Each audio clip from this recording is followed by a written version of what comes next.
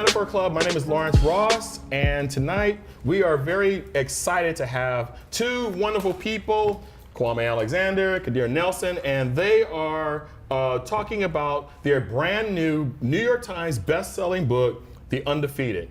Welcome, Kwame, and welcome, Kadir. Thank you for having me.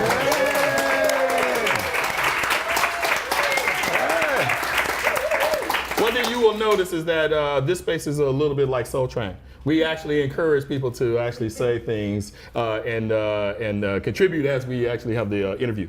But first thing I want to talk about is almost the first question that you always get, which is kind of like the why. You know, why did you decide to write a book, The Undefeated, that it really is a great combination of the poetry and the illustration, and I want to do a deeper dive into both at some point in time. But why the Undefeated? And we start with Kwame first. I wanted to write a book, or a poem rather, because that's how it started. Right. For my daughter, who was born the same year that Obama was elected. Mm-hmm. And I wanted to write a poem to sort of show her the journey of how we got to this historic moment in our country. Mm-hmm. So that was the impetus for it. Right. And then it sort of evolved. ESPN launched a website 8 years later called theundefeated.com. Right. And and they asked me to launch the site with a poem. So I took that poem, which originally was called An American Poem, and I retooled it, re-envisioned it, and titled it This Is For Us. Sort of the refrain was, this is for the undefeated. Oh, okay, all right. And then it took on sort of a third life when my editor, Margaret Ramos, said, Kwame, this is a book. And I decided, okay, we're gonna call this The Undefeated. Oh, beautiful, beautiful. Now, Kadir, in the process in doing a book like this, because you didn't know what Kadir was gonna be doing in terms of the illustrations, right? I had no idea. And the illustrations are just dope. I mean, for a person who you look, right? That is a dope moment for you. For the illustrations are dope. Is it when you look at a poem, or is it just? Are you looking for like a free rein to just say how I'm going to interpret this in terms of the illustration, or are you looking for input from Kwame? How did you do the illustrations for this? Well, I basically took what Kwame had written, which is a beautiful, bright poem, very insightful, poignant, and powerful, and I just sat with it, mm-hmm. and with each passage, while I read, like how anyone else reads, they see images in their mind, and I want to remember them. So, I just sketch while I'm reading.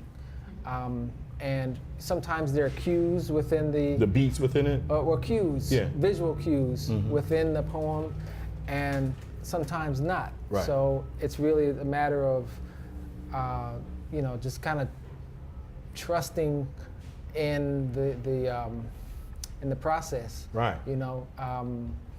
He's talking about athletes, or he's talking about the cool ones. Mm-hmm. And who are the cool ones? Who created cool? Mm-hmm. I believe who created cool? The jazz artists created their own vibe, their own definition of cool, mm-hmm. And so forth. So I mean, it's just a matter of reading it and interpreting it. Right. Mm-hmm. Now, one of the things you did in the poem that I just love was that you interspersed things that were familiar. For example, like the Big C from Langston Hughes, and oh, you got that? Oh, come on, my son's name is Langston. Come on, okay. The Wi-Fi code here is Langston Hughes. Come on. All right, well. Yeah. Hey, come on, we're not amateurs here. No, we go ahead. Explain how you made choices within your poem about what you want to include in order to drive home certain points. Right. So I like to be clever. Right. A part of my writing process is to sort of leave these sort of nuggets of genius. Yeah. Right. But I'm not talking about me. Well, you can. I mean, I'm a genius too, but right. but to leave these nuggets of the genius of our history. Yes. So whether you're talking about the Big C with Langston Hughes, mm-hmm.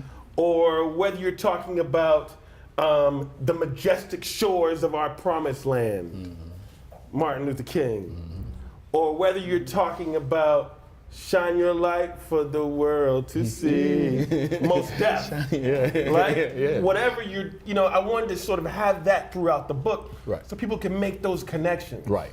That was important to me. Yeah. So I sort of hid those in there. So I'm glad you got that Big C. Beautiful. The Big C was the name of His Langston's first first autobiography. Yeah, yeah. And what happens is good poets create almost like a subtext. It's what is on the nose, and then what is deeper, the deeper context. Layers. Layers, and it's like one of those things that where, for example, for a children's book, I'm assuming this is kind of, I think, a misnomer to call it even a children's book, because I think what it is a illustrated poem, and I think it's not really relegated just simply to children. But I think one of the things that happens is that for anyone who reads this, you're going to read it multiple times and see multiple layers. Right. And one of the things I saw, and I noted, and I wasn't sure whether or not this was, in terms of the illustration, whether or not this was any particular style, or were there any, in terms of a historical style, or was this your own personal style? But I noted one of the things that, in terms of how you drew black people, there was a richness in terms of the bodies, richness almost in terms of elongation of muscles, and it was almost like they were coming alive and they were not flat. Was there any particular inspiration, or is it particularly just your vision of how it was? Well, I mean, I'm glad we're having this conversation and to hear what you said about dropping these gems of genius, because, I mean, when I'm reading it, it's like I mentioned earlier, it's like a roll call, and he is referencing all of these gems, geniuses throughout history. This, for the artwork, what inspired it was, I'd done a number of covers for the New Yorker, and some of them were just vignettes against a stark white background. And what it does is it really isolates what I want you to focus on. Right. And it like a poem, it leaves a lot of white space on the page. So it's like a visual poem and a written poem. Right.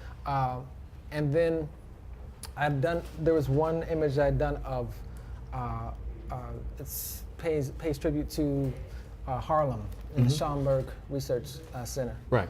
And in that painting, the New Yorker painting, I'm basically creating each figure in the style of the way that they painted, because there were a lot of artists. So there's Elizabeth Catlett, there's Aaron Douglas, in this one there's Henry Tanner, there's Phyllis Wheatley, and all of those styles were dictated by styles of different artists from different eras, African American artists. So, I mean, that was kind of like a launching point, and what I really loved about Aaron Douglas's work is that they're pretty flat graphic images or symbols or imagery, and those provided bursts of color to help move the story along. And that, I use the visual devices of color, vignettes, and there are also birds that carry the story through, and butterflies and so forth. Yeah, and one thing I when I was reading this, and I read like about 5 times in terms of just reading the poetry itself, I kept wanting to put it to tune, and maybe that's because poetry obviously has a connection to music, but it felt almost like an America the Beautiful in terms of a poem that needed. It was raising me up, and it was also making me reflective. There was one part, for example, talking about where there's for those who survived America by any means necessary, and I love the fact that it was by the dignity right here, and those who didn't was a space for those people. When you were writing the poem and you were thinking about that, I think it's kind of like, to me, it was the nexus of both the illustration and your poem. Were you thinking, what was your vision of the people who did not survive? So I think it's only fair to our live studio audience right here, that I sort of share what he's talking about. This is for the unforgettable, the swift and sweet ones who hurdled history and opened a world of possible. The ones who survived America by any means necessary. and the ones who didn't. Right? So that was Kadir's decision. Right. Like that right there, which I think is one of the most like breathtaking, brilliant decisions that I've ever seen made in a children's book, or just, you know, because he's an artist. Right. He's a children's book illustrator. He's a painter, and he works in color and in image, and he chose to forsake all of that so that you, the reader, can have that spiritual journey, and that takes a lot. That takes a lot of sacrificing your ego, you know, your art, because it's just genius.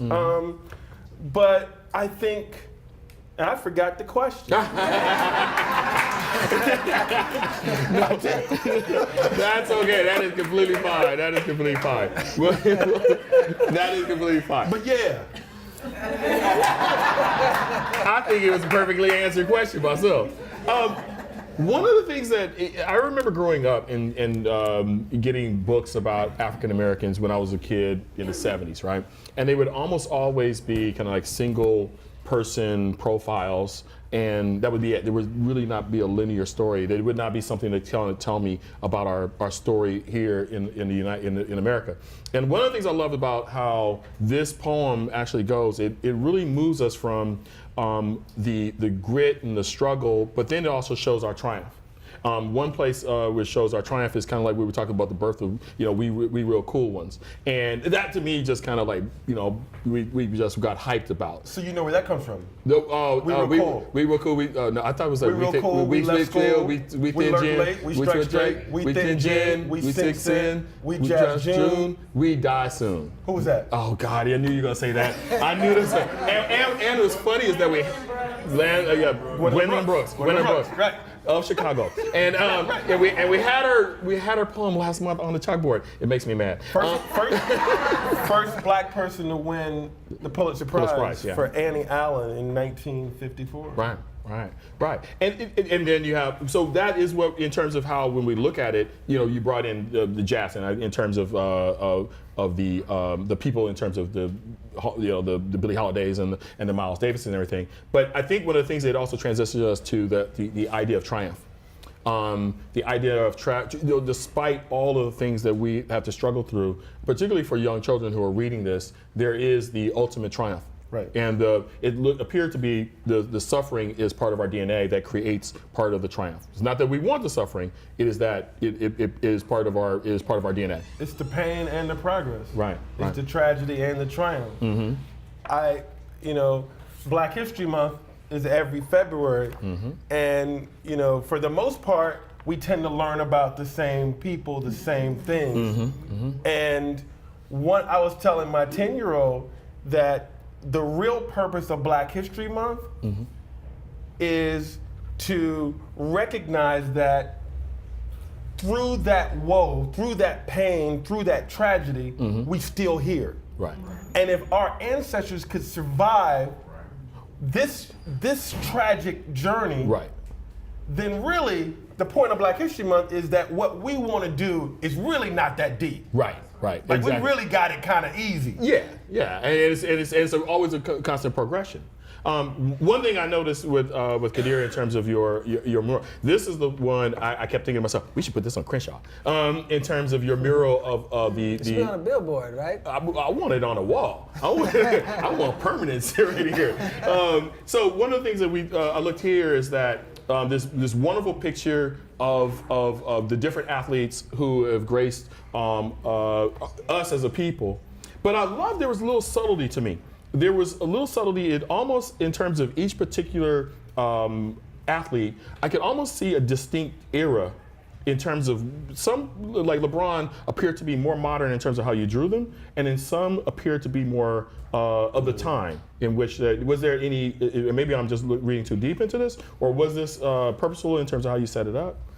Well, I mean, I can't say that it was intentional because these are historical figures and they lived in those specific eras. So, I mean, Michael Jordan's going to look like he came from the 90s. Right. And of course, Muhammad Ali, the 60s, 70s, and so forth. And I mean, as each, LeBron, he's the more contemporary. So I'm glad there is a mix of figures, because I don't think, myself, I didn't want this, and I think Kwame probably had the same idea.